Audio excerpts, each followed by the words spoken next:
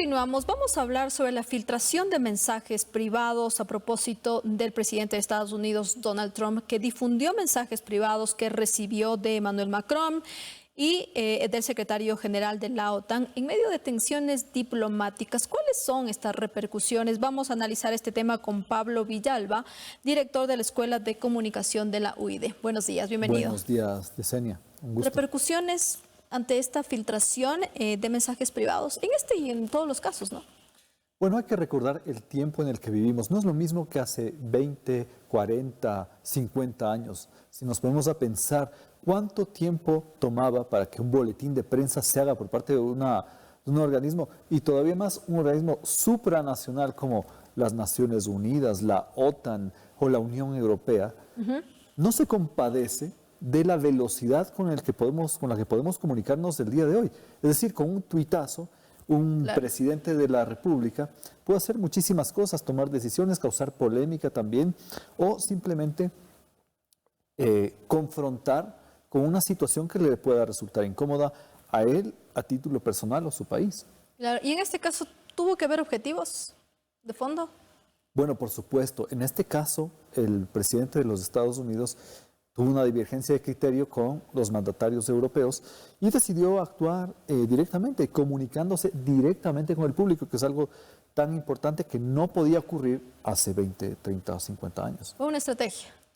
Claro, además hay que recordar, el presidente de los Estados Unidos no es, digamos, un político tradicional, no se trata de una persona que viene del establishment, por decirlo así. Él viene primero del mundo de los bienes raíces y además viene del mundo de los medios de comunicación. Hay que recordar los programas de televisión en los que él intervenía y claro, tenía su frase típica, ¿no? You're fired, estás despedido, y ha generado alrededor de sí mismo una cierta marca. Entonces, lo que yo he sostenido es que la velocidad y el impacto que él ha buscado no se compadece con, de alguna manera, la burocracia que puede enfrentar eso a nivel de los organismos supranacionales. Y en un momento tan complicado como las tensiones políticas, diplomáticas que se estaban pues llevando a cabo por Groenlandia, por ejemplo, ¿qué pasó con estos mensajes que son privados y que se filtraron? ¿Qué ocasionó en este momento complejo, no? Ahí habría una diferencia de caracteres, ¿no? Si pensamos en el presidente de Francia, nos damos cuenta que, claro, una forma de actuar y de pensar mucho más orgánica, muchísimo más, si se quiere, burocrática, frente a un presidente que prefiere ir directamente al público, a su público además, porque él definitivamente se dirige al pueblo de los Estados Unidos como lo haría cualquier presidente de la República. Ahora, claro, usted manifestó un tema interesante y él dice, no, es que él sabe lo que hace, o sea, tiene experiencia también en temas incluso de comunicación, entonces sabía cómo, lo que iba a ocasionar estos mensajes. Por supuesto, si vemos también qué es lo que ocurría a nivel comunicacional cuando él personalmente atendía en una tienda de hamburguesas, por ejemplo. Entonces, los compradores iban a recibir sus hamburguesas manejando en su carro y se encontraban con semejante personaje. Eso, por supuesto, que genera un impacto muy efectivo a nivel del electorado. Eso es algo que parecería que intenta replicar, pero a nivel incluso internacional. Entonces, no me imagino al presidente Macron haciendo lo mismo. No le veo a él vendiendo hamburguesas, pero a Donald Trump sí. Son caracteres muy distintos. Entonces, hay una incompatibilidad en ese momento. Claro, y en esto también, ¿cómo quedan los otros personajes, no? Que son los que participaron justamente de estos chats. Por supuesto, es que parecería que la idea del presidente de los Estados Unidos es, de alguna manera, también poner en evidencia que uno es el discurso frente a la oficialidad y otro es, de alguna manera, la forma de comunicación y el contenido cuando se lo hace de manera directa. Y la respuesta también que tuvieron, por ejemplo, el entorno de Macron sostuvo que la filtración demuestra, pues, de alguna manera, coherencia del jefe de Estado francés, tanto en lo público como en lo privado, al defender el respeto a la soberanía y a la integridad territorial de los estados, así como el compromiso, en este caso, de Francia con la seguridad, ¿no? Entonces, claro, ya ellos también tienen esa obligación de responder de inmediato. Sí, claro, pero O de decir si fue o no fue. claro, solo que en ese caso el presidente de los Estados Unidos actuó mucho más rápido, mucho más directo hacia su público y, por supuesto, por ejemplo, en ese caso particular, lo que yo puedo recordar es que el presidente Macron adoptó una línea un poco dura frente a los Estados Unidos, pero parecería que sus chats expresaban algo un poco diferente, expresaban más bien una necesidad de reunirse con el presidente de los Estados Unidos y por eso entendería yo que el presidente de los Estados Unidos decidió decir, pues miren esto que me estaban diciendo por este lado.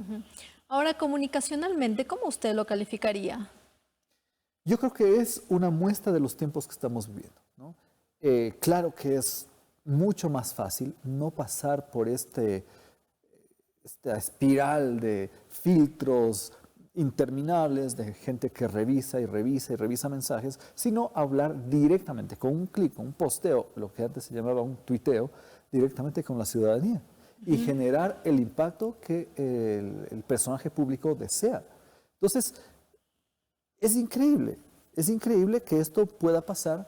Claro que esto podría tener repercusiones de diversa índole, porque va a haber quienes, por supuesto, aplaudan esa reacción, va a haber otras personas que no lo vean positivo, pero diríamos que el presidente Trump seguramente pensó, bueno, el público es este mensaje va para alimentar mi imagen ante mi audiencia, que es la nacional. Pero usted dice, algunos lo ven de manera positiva, otros de manera negativa, pero estratégicamente, ¿usted cree que esto funcionó? Yo pensaría que políticamente también, ¿no? Yo creo que para el público de los Estados Unidos, o por lo menos para una porción del electorado de los Estados Unidos, puede ser muy eficiente.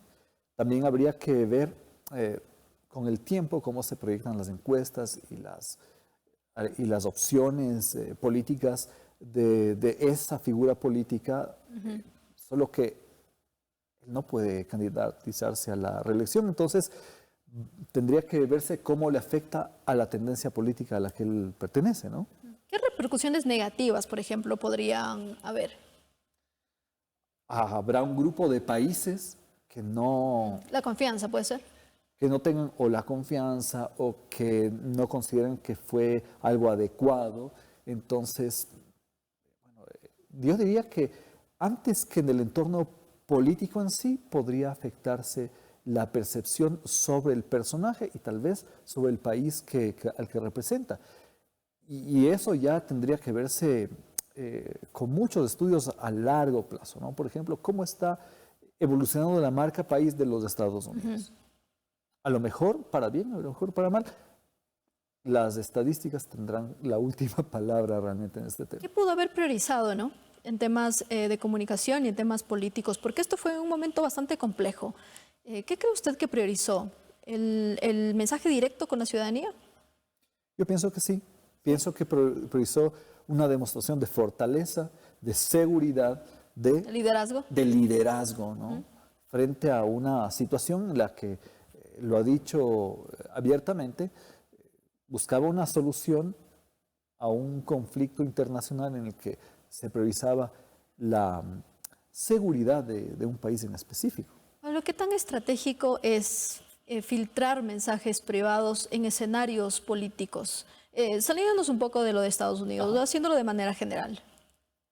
Habría que ver el caso. El Sin embargo, si es necesario hay que reflexionarlo, ¿no? Hay que ver si es que esto pone, no por decirlo en evidencia, o cómo afecta, cómo puede beneficiar para los personajes en cuestión. Digamos, si es que alguien me lanza una amenaza, digamos, y de hecho hay leyes alrededor de esto, la ley de protección de datos, etcétera, no solo a nivel nacional, sino a nivel internacional, puede ser una situación bastante compleja. Entonces hay algunos aspectos, el aspecto legal, hay el aspecto Aquí en Ecuador, por comunicacional. ejemplo. Bueno, en el Ecuador hay normativas sobre el tema, pero yo diría, por ejemplo, si es que alguien amenaza a una figura pública, ya la circunstancia es diferente. Si se pone en evidencia que hay una situación tan negativa como una amenaza, yo diría que son Justifica. escenarios muy distintos a simplemente decir, no, es que este mensaje es inviolable. Creo que son otras las circunstancias. A veces la comunicación y la ley no necesariamente van de la mano, ¿no? Claro, y en esto existe también preocupación, porque usted lo decía también, ya las redes sociales, las plataformas, ya la comunicación también ha cambiado muchísimo y seguirá avanzando. ¿Existirán estrategias, por ejemplo, en este caso, regresando al tema de Donald Trump, que pudo haberlas hecho y evitar esto? Yo no pensaría que en ese caso el personaje en mención tenía intención de evitar esto. Justamente las revela porque las quería provocar, porque quería dar un golpe de efecto, una demostración de fuerza. Entonces, no veo que haya un camino en el que avisó lo que se quería evitar. Todo lo contrario. Todo lo contrario. Porque además es lucrativo políticamente hablando. Pero funcionó para su Yo pensaría análisis. que funcionó. Yo pensaría que funcionó porque puso en alerta a una gran cantidad de líderes mundiales. Y yo comparo además en la parte comunicacional una locomotora a 200 kilómetros por hora, la velocidad en la que el presidente quería comunicarse, versus la burocracia de los organismos multinacionales que no van a ese ritmo y creo que no le pueden alcanzar en ese sentido. Claro, y en eso es importante también analizar el alcance, ¿no? Por ejemplo, ahora las redes sociales, claro, se viralizan rapidísimo. Y en todas las plataformas, además. Por supuesto. Ahí también hay otro tema que analizar que es real y que no es real, porque si nos ponemos a pensar en el caso del presidente de los Estados Unidos, que viene del mundo de los negocios y que además viene del entretenimiento, a lo mejor su forma de pensar está encajada en ese ámbito. Entonces, él está acostumbrado a moverse en el ámbito del entretenimiento y el alto impacto. Entonces, un tuit o un post, como se le llama hoy, de un político, en la realidad compite con el entretenimiento. En la realidad, incluso los comunicadores en el día a día, podemos hacer el mensaje perfecto, lo que yo siempre digo, podemos hacer el reportaje perfecto, el mensaje perfecto, pero competimos con un video de un gato que está viéndole a otro gato que sube a un ático y el gato 2 le lanza al ático. Y a veces eso se vuelve más Y eso interesante. tiene millones Claro. de reproducciones. Y el reportaje perfecto, la línea editorial perfecta, tiene solo 100. Entonces, sí es un tema como para analizarlo profundamente. Claro que el impacto comunicacional no pasa solo por el número de reproducciones, sino también por la parte ética, por la parte de Y responsabilidad de quién lo social. viene también. Por Y supuesto. de quién lo publica. Por y de, supuesto que sí. en este caso, una autoridad. Una autoridad sí tiene una responsabilidad sobre lo que dice, sobre el efecto que va a causar cada una de sus intervenciones, por supuesto. Le agradecemos muchísimo por ese análisis. A las órdenes, Yesenia.